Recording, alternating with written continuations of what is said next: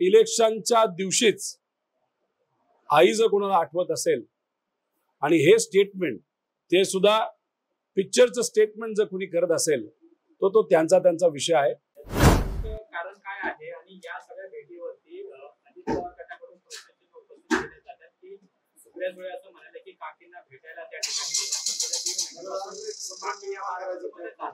आज मतदान असताना त्या भेटायला जाण्याचं कारण.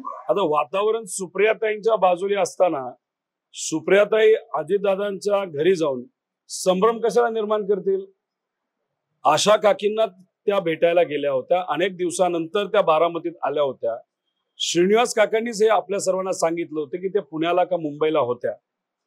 आणि मग एक गोष्ट सिद्ध होते की हृदय नाही तर भावना या कुठेतरी आत्यांकडे आहेत नाही तर सुप्रियाताईंकडे आहेत. जेव्हा काटेवाडीला त्या गेल्या होत्या तिथंच अजितदादांचं घर आहे आणि त्या घरी काकी आहेत. जेव्हा कळालं सुप्रियाताई गेल्या आणि तिथं नमस्कार घेतला, आशीर्वाद घेतला. आता त्यांच्या मुलाली दुसरी भूमिका घेतली असेल, स्वार्थी भूमिका घेतली असेल, त्यात आईचं काय चुकलं, काकींचं काय चुकलं. उलट तिथं जो परंपरा आहे, जे काय कल्चर आहे, संस्कृती आहे आपली, ती आत्यांनी तिथं म्हणजे सुप्रियाताईंनी जपली. आणि हेच कुठेतरी विरोधकाच्या पोटामध्ये दुखायला लागले असं कुठेतरी म्हणावं लागेल. देवेंद्र फडणवीस साहेबांकडनं संस्कृती आणि विचारसरणी याची अपेक्षा आपण करू शकत नाही. आणि जे चिल्लीपिल्ली अजितदादांनी इतर जे काही टीव्हीवर बोलणारी पाळलेली आहेत नाही ठेवलेली आहेत त्यांच्याबद्दल तर बाजारी लोकांबद्दल न बोललेलं जास्त योग्य.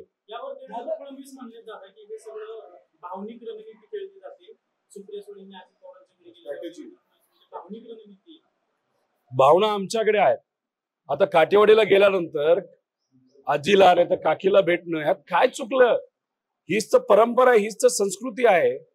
आता देवेंद्र फडणवीस साहेब ज्या दिवसापासून सत्तेत या महाराष्ट्रामध्ये आलेले आहेत राजकीय संस्कृतीची वाट लागलेली आहे.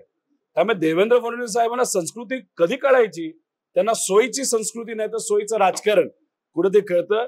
त्यामुळे असंवेदनशील कॉमेंट हा देवेंद्र फडणवीस असतील नाही तर त्यांच्या नेत्यांकडनं केला असं माझं मत आहे.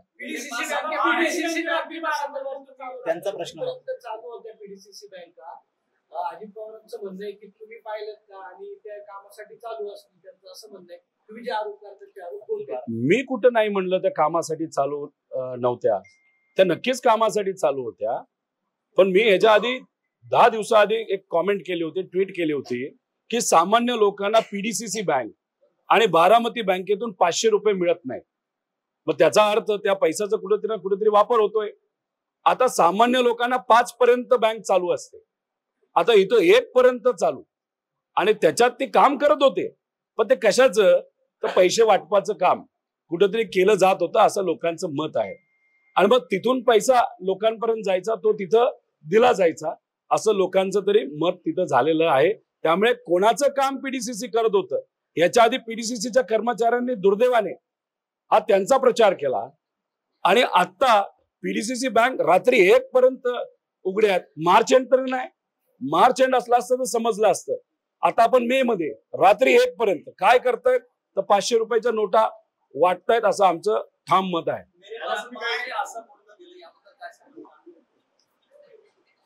इलेक्शनच्या दिवशी त्यांना हे वक्तव्य करावं लागतं.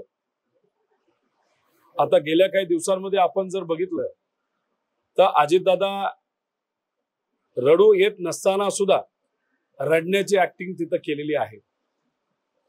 चांगली गोष्ट आहे की काकी तिथे आल्या. मी काकींचं मान ठेवतो, या वयामध्ये आजारी असताना सुद्धा मतदान करण्यासाठी ते आल्या. पण इलेक्शनच्या दिवशीच आई जर कोणाला आठवत असेल आणि हे स्टेटमेंट ते सुद्धा पिक्चरचं स्टेटमेंट जर कोणी करत असेल तो तो त्यांचा विषय आहे. पण मी काकींचं स्वागत करतो. वय आणि आजारी असताना सुद्धा मतदानाचा हक्क त्यांनी बजावला.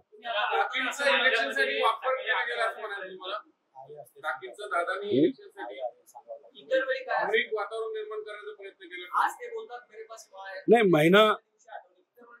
महिना झाला, 1.5 महिना झाला काकींबरोबरचा फोटो मी काही बघितला नव्हता. आज इलेक्शनच्या दिवशी मेरे पास माँ है, हे कुठेतरी सांगावं लागतंय. याच्या मागे काय आहे मला सांगता येणार नाही. पण मी एवढंच आहे, काकींना मानलं, आजीला मानलं, या वयामध्ये सुद्धा त्या मतदान करण्यासाठी आल्या. हाच आदर आणि हाच विचार खऱ्या अर्थाने पवार कुटुंबाचा विचार आहे. सकाळी 11 वाजेपर्यंत